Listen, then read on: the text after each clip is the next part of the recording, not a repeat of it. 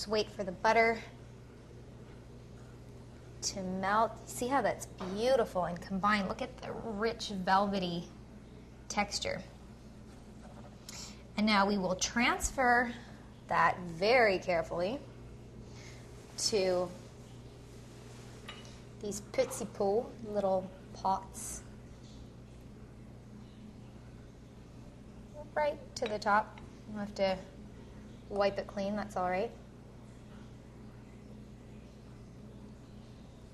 2.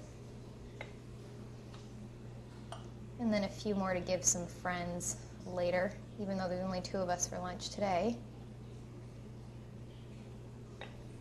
I am dripping all over the place, okay?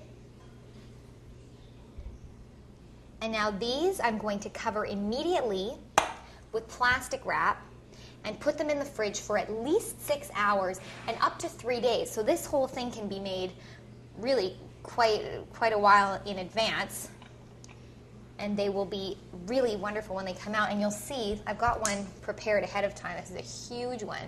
You'll see the texture that it just comes out. Look at how thick and wonderful that is.